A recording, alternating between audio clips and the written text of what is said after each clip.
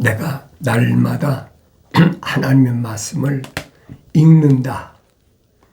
왜? 하나님의 명령이시니까. 내 아버지께서 명령하시잖아요. 너희는 주의 책을 찾아 읽으라 명령하시니까 찾아서 날마다 읽는 것이 내가 하나님의 아들로서의 본분이다 하는 것을 잊어서는 아니 됩니다. 내가 여러분들에게 말씀드리는 것은 자연인을 상대로 해서 하늘 아래 종교가 그러잖아요. 전도한다. 뭐 사도 바울도 그러잖아요. 전파하지 않으면 누가 알겠느냐. 맞는 얘기예요. 하나님의 아들도 2000년 전에 유대인인데 유대인들에게 얼마나 기적을 통해서 많은 관심을 받게 되고 그때마다 그들에게 말씀을 선포하는데 그들이 알아들을 수가 있나요? 그들은 유대인들은 뭘 원하느냐? 사도 바울이 설명하잖아요. 유대인들은 표적을 구한다. 그래요. 표적을 구하는 거예요. 그러니까 어떤 기적 같은 거. 성경 읽어보면 알잖아요. 출애굽한 것이 기적 아닙니까? 어떻게 400년 동안 그런 억압 속에 있던 이스라엘 백성이 출애굽할 수 있겠나? 그 기적 중에 기적 아닙니까? 그렇다고 뭐 전쟁에서 빠져나온 것도 아니잖아요. 그 애굽에서 빠져나올 때에 가장 하이라이트라고 하는 6월절. 그 6월절이라는 것을 내가 얼마나 올바로 알고 있느냐. 유대인들에겐 상당히 중요하게 생각하잖아요. 그러니까 왕들 가운데서도 6월절을 올바로 지키는 사람은 몇 없어요. 몇백 년 지내는 가운데 몇 명 없었단 말이에요. 지금도 마찬가지예요. 6월절이 뭘 의미하는지를 그걸 알아야 되는데 그걸 알지 못하니까 어디에 초점 맞추느냐. 뭐 홍해바다가 갈라졌다. 또 뭐 광야에서 날마다 만나를 내려주셨다. 2000년 전에 예수님 당시도 마찬가지잖아요. 유대인들이 기적을 베푸는 하나님의 아들에게 와서 뭐라 합니까? 모세는 우리 조상들에게 광야에서 만나를 주어서 먹게 했는데 너는 어떤 표적을 우리에게 보여주겠느냐? 표적을 얼마나 많이 행했는데 표적을 구하고 있어요. 그러니까 2000년 전의 유대인들의 모습은 오늘날도 마찬가지예요. 그러니까 내가 하나님 말씀을 통해서 올바로 깨달아야 되는데 어느 때만 깨닫느냐? 아무 때나 깨닫는 게 아니에요. 창세기 1장에 기록된 대로 하나님의 형상으로 조성된 사람이 하나님의 모습을 닮았을 때 깨닫는다. 그 내용을 사도 바울은 뭐라고 말했느냐? 하나님의 형상으로 조성된 사람을 만삭되지 못한 자와 같은 나였다. 그렇게 표현하잖아요. 그 맞는 얘기죠. 어머니 태에서 10달이 돼야 아이가 정상으로 세상에 나오잖아요. 그런데 10달이 되기 전에 나왔다. 그 만삭되지 못한 자와 같은 나라. 그렇게 표현하는 사도 바울의 말을 내가 성령 받아야 깨달아요. 그게 무슨 말이냐면 창세기 1장에 기록된 말씀이거든요. 우리 형상과 모습을 닮은 사람을 만들자. 그렇게 계획하셨는데 하나님이 형상만 닮았지 사도 바울은 모습은 안 닮았다니. 모습을 닮는다는 말은 완성된다. 온전하게 된다. 성령 받는다 이 말이에요. 그러니까 하나님의 형상으로 최초로 믿음의 조상이라는 아브라함을 때 설명하잖아요. 우리 조상 아브라함, 그 다음에 조상들이 후손들, 야곱의 후손들 아닙니까? 광야에서 모세가 만나를 내려주었다. 그건 거짓말이에요. 그러니까 하나님의 아들이 정정해서 가르쳐 주잖아요. 야, 모세가 피조물인데 무슨 광야에서 만나를 내려주냐? 하늘에 계신 내 아버지께서 내려주신 것이다. 정확히 바로 잡아서 유대인들에게 말해주니까 할 말이 없잖아요.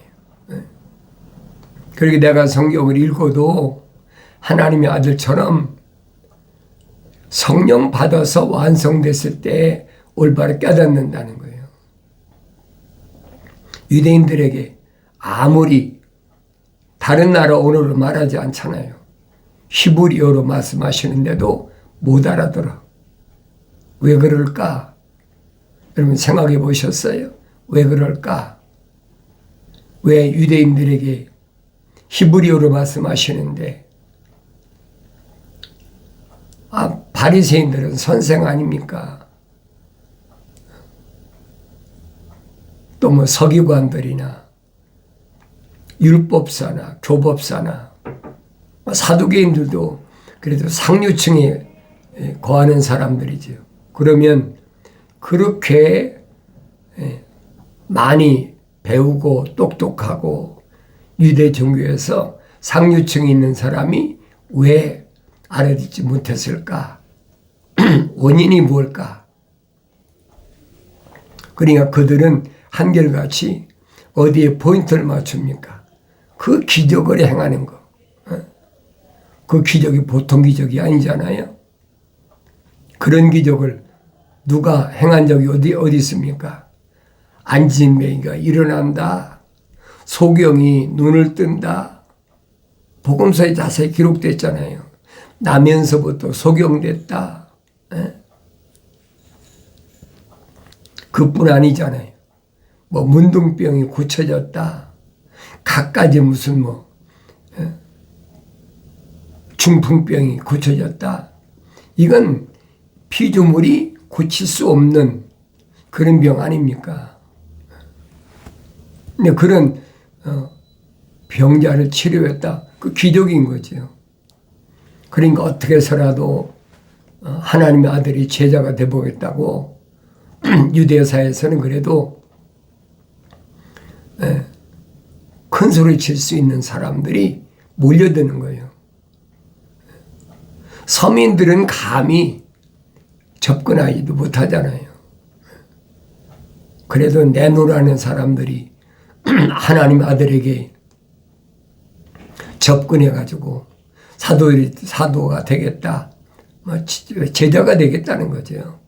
제자가 되겠다. 그런데 하나님의 아들이 갑자기 말씀하시잖아요.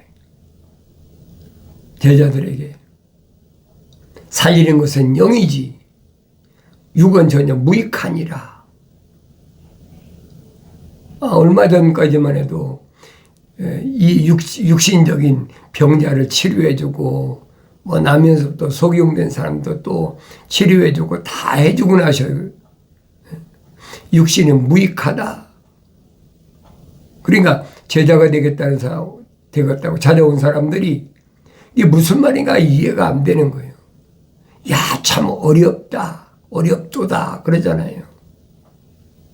그건 옛날이나 지금이나 똑같아요. 기적을 보고 찾아온 사람들한테 살리는 것은 영이지 육은 전혀 무익하니라. 내 말이 영이요 생명이다. 그러니까 어떻게 깨닫겠어요, 그걸?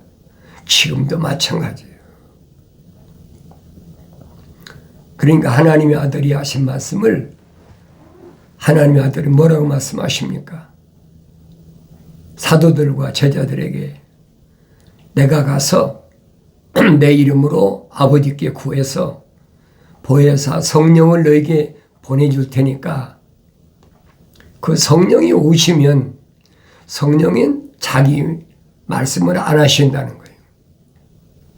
내가 너에게 한 말들을 기억나게 하시고 또 내가 너에게 한 말들을 생각나는 것뿐 아니라 가르치신다. 그랬잖아요.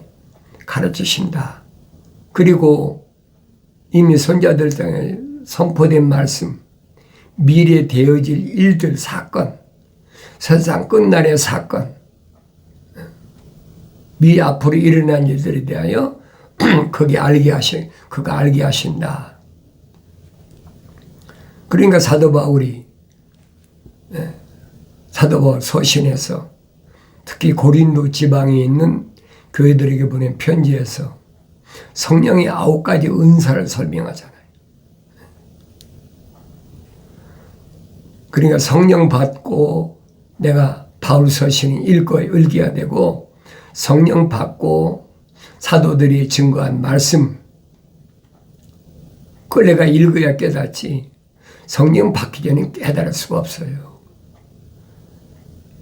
피조물이 하늘 아래서 그런 거 있잖아요.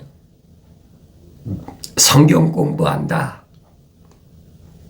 우리한테 와서 성경 공부하면 알 수 있다. 하늘 아래 종교가 얼마나 얘기를 합니까? 사람이 솔깃해. 왜 그래요? 내가 세상에 나서부터 공부라는 걸 했잖아요. 나 같은 경우는 유치원 때부터 옛날에는 국민학교라고 했어요. 국민학교, 중학교, 고등학교 다 공부하는 거 아닙니까? 그래서 공부해서 철학과 과학이라는 것이 무언가도 알게 됐으니까 마치 하나님의 말씀도 그렇게 하늘 아래 세상의 철학과 과학을 공부해서 하는 것처럼 말은 얼마나 멋있어요. 성경 공부한다.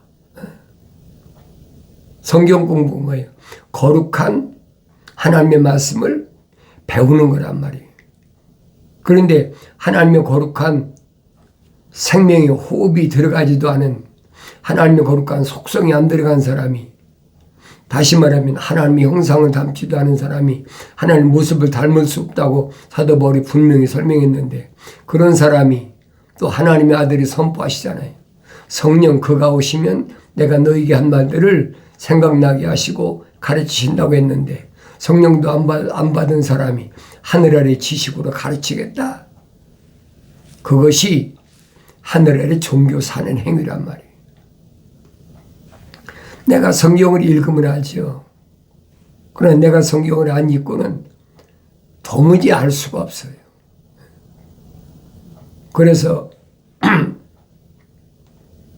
잠언서 기자를 통해서 음녀가 하늘 아래 타국이니 소위 창녀라고 그랬죠.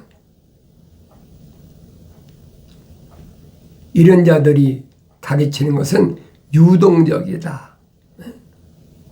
왔다 갔다 한다는 거예요. 이렇게도 얘기하고 저렇게도 하고. 철학이 그렇잖아요. 철학으로 얘기하는 것이. 유동적이다. 그러니까 속지 말아라. 하나님 말씀은 순수한 것이다. 하나님 말씀은 순수하다는 말은 절대 변하지 않는다는 얘기예요. 창조주 하나님이 입에서 나오신 말씀이 피조물이 어떻게 바꾸겠습니까? 바꿀 수가 없는 거예요. 그래서 내가 성경을 읽어야 된다는 겁니다. 자연인은 상관없어요. 변개된 하나님 말씀을 읽든 듣든 상관없어요. 내가 여러분에게 기독교 복음전도자 훈련은 유튜브 방송, 페이스북 콘텐츠를 통해서 여러분에게 말씀 선포하는 것은 누구를 대상으로 선포하느냐? 하나님의 거룩하신 사랑의 호흡으로, 다시 말하면 하나님의 형상을 닮은 사람이 하나님의 모습을 담게 하기 위해서 말씀드리는 거예요. 하나님 모습을 닮으면 성령 받아 완성됐는데 그 사람한테 뭐가 필요합니까? 뭐 성장해서 자기가 다 얼마든지 하나님 말씀을 마치 3년 된 암소가 꿀을 먹듯이 되새김질하고 3년 된 암염소가 꿀을 먹고 되새김질하고 3년 된 순양이 꿀을 먹고 되새김질하는 것처럼 계속 먹고 되새김질할 수 있죠. 그런데 책망받고 돌이켜서 성령 받고 나면 그때는 어린아이, 뭐 육신이 나이가 뭐 70이 됐다 80이 됐다 90이 됐다 그건 아무 상관도 없어요. 이 육신 안에 있는 하나님의 생명 호흡이 들어간 사람인데 그 사람이 이제 늦게라도 책망받고 돌이켜서 성령 받았다면 그 사람은 어린아이예요. 그러니까 하나님의 아들이 선포하시잖아요. 영이 가난한 자는 복이 있다. 영이 가난하다는 말은 이제 태어났다는 얘기예요. 어리다는 얘기예요. 그러니까 하나님의 형상으로 조성된 사람이 하나님의 모습을 닮았다면 완성됐다면 이 말입니다. 그 사람은 복이 있다. 복이 있다는 말은 철학에서 복을 얘기하는 것이 아니에요. 복이 있다는 말은 성경적 사람에게는 무슨 의미냐? 하나님이 너를 간섭하신다. 하나님이 뭘로 간섭하십니까? 천사를 통해서 너한테 울태를 쳐주신다는 거예요. 마치 누구처럼? 욥처럼. 사탄이가 고백하잖아요. 하나님께서 울타리를 쳐주시니까 그렇게 동방에서 부자고 떵떵거리고 하나님을 찬송하는 거 아닙니까? 울타리를 쳐준다. 하나님의 아들도 말씀하시잖아요. 어린아이라도 하나님의 생명호흡이 들어간 그런 아이가 우린 누군지 모르잖아요. 어린아이 때니까. 육신이 어린아이 때 어떻게 합니까? 그러니까 그런 어린아이 하나라도 실족시키지 말아라. 그런 어린아이 하나가 실족되면 차라리 내 목에 연자맷돌을 달고 깊은 물에 빠져버리라는 거예요. 얼마나 어마무시한 말씀이에요. 그러니까 하나님의 생명호흡으로 조성된 사람은 누구처럼? 다윗처럼. 다윗이 고백하잖아요. 내가 우리 어머니 태에 있을 때 내 육신 안에 있는 오장육부가 만들기 전에 내 손발 사지가 완성되기도 전에 하나님께서 나를 간섭하셨다. 덮으셨다. 다른 말로는 복 주셨다. 그때 하나님께서는 나의 모든 것, 머리털까지 다 쇄신받아서 책에 기록해놨다는 거예요. 그 책이 무슨 책이야? 생명책이지. 하나님의 거룩한 사랑의 생명호흡이 들어간 사람의 이름을 다 생명책에 기록해놨다는 거예요. 그러니까 육신적인 다윗이 그 자기 이름이 아니란 얘기예요. 요한계시록 가면 나오잖아요. 예수 그리스도에 관한 것이 나오잖아요. 하나님의 아들이 뭐라고 밝히십니까? 내가 너에게 흰돌을 주리니 그랬잖아요. 흰돌을 줄 테니까 그 흰돌 위에 네 이름이 하나님의 형상을 닮은 네 이름이 거기 기록되어 있다는 거예요. 그렇기 때문에 받은 자밖에 모른다. 그러니까 현재 육신의 이름이 내 이름이 아니라는 거예요. 그걸 깨달아야죠. 그러니까 하나님의 아들도 밝혀주잖아요. 누가 성령 받은 바울이 3층 천에 올라가서 하늘의 신비를 맛보고 온 바울이 뭐라고 설명합니까? 세상에서 하나님의 동산까지 길을 내신 분, 나는 길이요 진리요 생명이다. 사람들이 나로 말미암지 않고는 아버지 집에 올 자가 없다고 하신 그분은 예수란 얘기예요. 예수, 구원자, 메시아 그 말입니다. 그래서 하나님의 동산에 가는 데까지는 그분이 메시아로 세상에 오셨다. 이미 구약 선지자를 통해서 다 선포된 말씀이잖아요. 그런데 하나님의 동산, 다시 말하면 성소에 가서 지성소까지 들어간 데는 그분의 이름은 뭐냐? 예수가 아니란 말이에요. 그건 구원자가 아니잖아요. 성소에서 지성소 가는데 거기는 대제사장 멜기세덱이다. 사도바울이 설명한 거예요. 그러면서 이런 말은 너희가 너무 어리기 때문에 단단한 음식으로 먹일 수가 없다. 고린도 지방에 보낸 편지에서도 분명히 밝히잖아요. 너에게 부드러운 연한 육신으로 말하면 죽이나 이유식이나 이런 걸로 먹인다는 거죠. 단단한 음식으로 먹일 수가 없다. 성장해야 단단한 음식을 먹고 소화할 거 아닙니까? 베드로에게 주님께서 명령하신 것처럼 네가 나를 정말로 사랑하면 내 어린 양을 먹이라 그랬잖아요. 어린 양을 먹이라. 그 다음에는 네가 나를 정말로 사랑한다면 내 양떼를 치라 그러잖아요. 꼴을 먹이란 말이에요. 치란 말은 그래서 우리 일반적으로 양치기 소년 하잖아요.